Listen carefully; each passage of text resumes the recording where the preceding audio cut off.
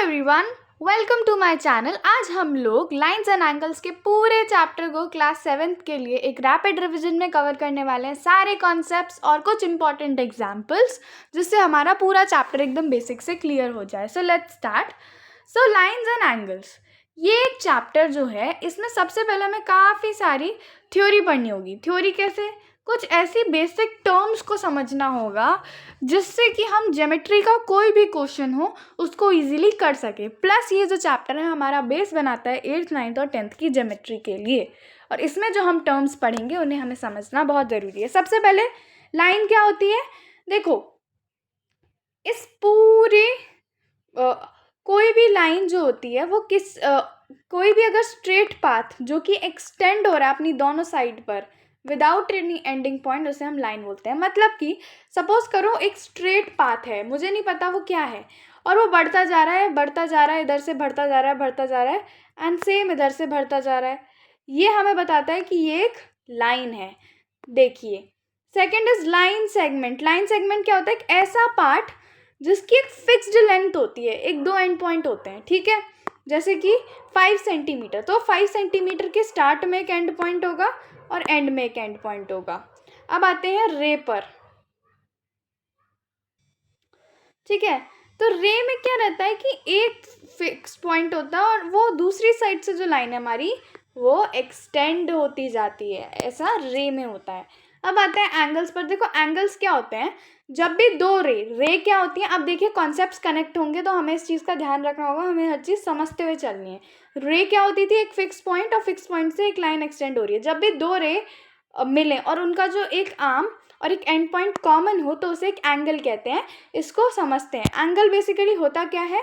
किसी भी चीज़ का मैग्नीट्यूड ऑफ रोटेशन, कोई चीज़ कितनी घूमी है, मैग्नीट्यूड मतलब वैल्यू। मैग्नीट्यूड का मतलब होता है वैल्यू, कोई चीज़ कितनी घूमी है उस मेजर को हम एंगल कहते हैं, ठीक है। ये बेसिकली सर्कुलर आर्क्स के लिए कंसिडर किया जाता है।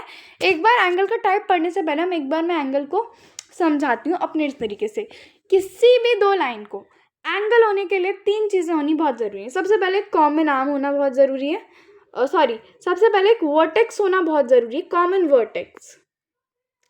देखिए, दो लाइंस के बीच में कॉमन वर्टेक्स, अगर दो लाइंस के बीच में कॉमन वर्टेक्स है देन वो पर्टिकुलर दो लाइंस एंगल फॉर्म कर रही हैं। ये बात क्लियर?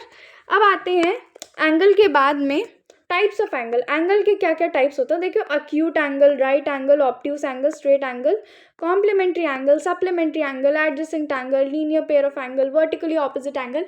ये कुछ ऐसे कॉमन टर्म्स हैं एंगल के टाइप्स जो हमें पढ़ने हैं, ठीक है। सबसे पहले अक्यूट एंगल। कोई भी एंगल जिसका मेजर 0 से 90 डिग्री के बीच में होगा उसे हम एक्यूट एंगल बोलेंगे। जैसे कि फर्स्ट वाला देखिए 18 डिग्री, अभी 0 से ज़्यादा है, 90 से कम है, तो ये हो गया हमारा एक्यूट एंगल। वैसे ही 45, 33, 88, 22.57, ये सभी एंगल्स 90 से कम है, 0 से ज़्यादा है, तो दिस इज एक्यूट एंगल। ये भी एक एग्जाम्पल दिया गया हमें एक्यूट एंगल का कि ये जो है 90 डिग्री से कम है, क्योंकि। अब आते हैं राइट एंगल। राइट एंगल क्या होता है? जो 90 डिग्री के बराबर होता है। कितना? 90 डिग्री के बराबर होता है। इस चैप्टर के जो नोट्स है वो मैं आपको डिस्क्रिप्शन में प्रोवाइड कर दूंगी, ठीक है। जो भी एंगल 90 डिग्री के बराबर होगा उसे हम एक्यूट एंगल कहते हैं। अच्छा, ये एंगल्स 45 है, 90 है, हमें पता कैसे चलेगा? एक ऑब्जेक्ट होता है जिसका नाम होता है प्रोटेक्टर। हम प्रोटेक्टर का यूज़ करते हैं, जैसे आप लोग कई बार कॉमन लैंग्वेज में डी भी बोलते हो, है ना, तो वो प्रोटेक्टर यूज़ किया जाता है एंगल्स को मेजर करने में। अब राइट एंगल के example you can see rectangle, square, ये जो चीज़ें होती हैं ना, जैसे कि ये रेड लाइन से जो मार्क्ड है, ये सभी एग्जांपल हैं राइट एंगल के, ठीक है। अब आते हैं ऑब्ट्यूस एंगल। ऑब्ट्यूस एंगल क्या होता है? एक ऐसा एंगल जो कि 90 डिग्री से जिसका मेजर ज़्यादा हो और 180 डिग्री से कम हो। क्या? दोबारा रिपीट करती हूँ, 90 डिग्री से ज़्यादा, 180 से कम। 90 डिग्री से ज़्यादा, 180 से कम। 174 90 डिग्री से ज़्यादा है, 180 से कम है। 90 डिग्री से ज़्यादा, 180 से कम। ये होता है हमारा ऑब्ट्यूस एंगल। एग्जाम्पल देखिए, ये डायमंड का रेड साइड, ये ग्रीन पैनल्स, ये रेड पार्ट, ये सभी एग्जांपल्स हैं ऑब्ट्यूस एंगल के, क्योंकि ये 90 डिग्री से ज़्यादा है, 180 से कम है।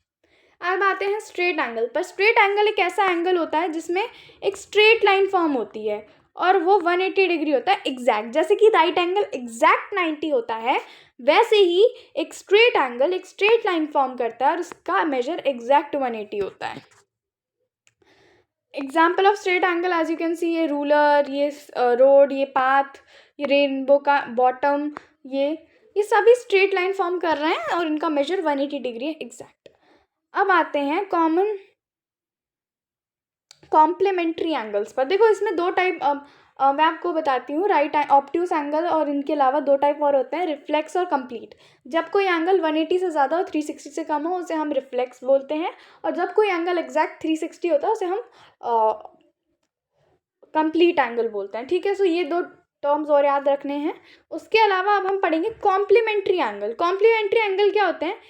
जब भी कोई दो एंगल्स का सम अगर 90 डिग्री आ रहा है तो हम उसे कॉम्प्लीमेंट्री एंगल कहते हैं।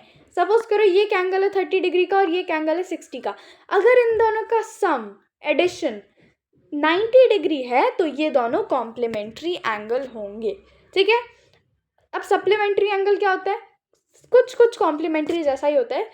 अगर किसी दो एंगल का सम अगर 180 डिग्री आ रहा है then it is a supplementary angle.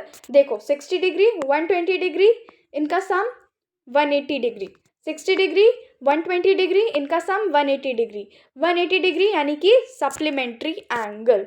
अब आते हैं एडजेसेंट एंगल पर। एडजेसेंट एंगल को थोड़ा ध्यान से समझेंगे। देखो एडजेसेंट एंगल, कोई भी दो एंगल एडजेसेंट एंगल कब होंगे? एडजेसेंट एंगल क्या होता है? दो एंगल से मिलके बनते हैं। अब किसी भी दो एंगल को एडजेसेंट होने के लिए कुछ चीज़ें फॉलो करनी होती है। सबसे पहले तो उनके बीच में कॉमन आर्म होना चाहिए।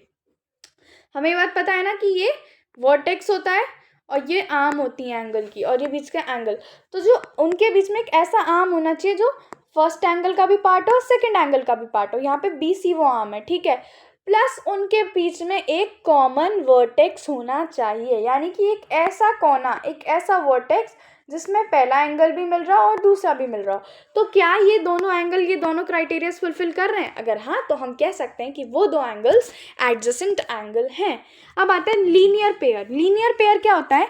जब भी कोई दो एडजेसेंट एंगल क्या आते हैं? जिनका एक कॉमन आर्म हो और कॉमन वर्टेक्स हो, यानी कि दोनों एडजेसेंट एंगल हैं, उनका सम अगर 180 आ रहा है यानी कि एक सप्लीमेंट्री एंगल आ रहा है तो वो लीनियर पेयर फॉर्म कर रहे हैं, और ये हमेशा स्ट्रेट लाइन पे होगा। स्ट्रेट लाइन ही तो होती है हमारी 180 डिग्री स्ट्रेट एंगल, राइट। तो उस पर अगर हम कितने भी एंगल ड्रॉ कर लें, चाहे मैं ये यहाँ पे एक एंगल ड्रॉ कर लूँ, यहाँ पे कर लूँ, यहाँ पे कर लूँ, इन सब का सम 180 आएगा। क्यों? क्योंकि ये सब किससे बन रहे हैं? ये सभी हमारे बन रहे हैं सप्लीमेंट्री एंगल से। अब आते हैं अगला, वर्टिकली ऑपोजिट एंगल। देखो वर्टिकली ऑपोजिट एंगल क्या होता है? जब भी कोई भी दो लाइन अगर इंटरसेक्ट कर रही हैं आपस में, कोई भी दो लाइन आपस में इंटरसेक्ट कर रही हैं, क्रॉस कर रही हैं, तो ऐसे टाइम पर जो एंगल फॉर्म होते हैं ऑपोजिट डायरेक्शन में उन्हें हम वर्टिकली ऑपोजिट एंगल बोलते हैं, और ये आपस में इक्वल होते हैं। मतलब ये दो लाइन है, ये इंटरसेक्ट कर रही हैं, तो ये वाला जो एंगल है वो इसके इक्वल होगा और ये वाला जो एंगल है वो इसके इक्वल होगा। कैसे? क्योंकि ये वर्टिकली ऑपोजिट एंगल हैं। ये वाला एंगल इसके इक्वल, ये वाला जो एंगल जो कि मार्क नहीं है ये इसके इक्वल, क्योंकि दो लाइन इंटरसेक्ट कर रही हैं। अब हमको क्या पढ़ना है? अब हम कुछ एग्जाम्पल, चलिए एक बार ये वाला क्वेश्चन देखते हैं, एग्जाम्पल, जिसमें हमको ये वाला जो एंगल है तो हमें क्या करना है, इसमें मेजर ढूंढना है एंगल COB का, एंगल AOD का और एंगल BOD। इन तीनों एंगल्स का हमें मेजर देना है, मतलब हमें ढूंढना है। और हमें गिवन क्या है? हमें ये गिवन है, कौन सा? COD angle. अब हमको ये जो ढूंढना है ना, इसके लिए हम एक कॉन्सेप्ट अप्लाई करेंगे जो अभी हमने पढ़ा था, वर्टिकली ऑपोजिट एंगल। इसमें क्या करना होता है? हमें एक एंगल दिया होता है, बेसिकली इसके अकॉर्डिंग अगर दो लाइंस इंटरसेक्ट कर रही हैं, क्वेश्चन में लिखा हुआ है 2 lines AB and CD intersect at point O, यानी कि दो लाइन CD और AB इंटरसेक्ट कर रही हैं, यानी कि इधर CODA और BOD कौन सा एंगल बना रही होगी? Vertically opposite angle. और COB AOD कौन सा एंगल बनाएगी? Vertically opposite angle.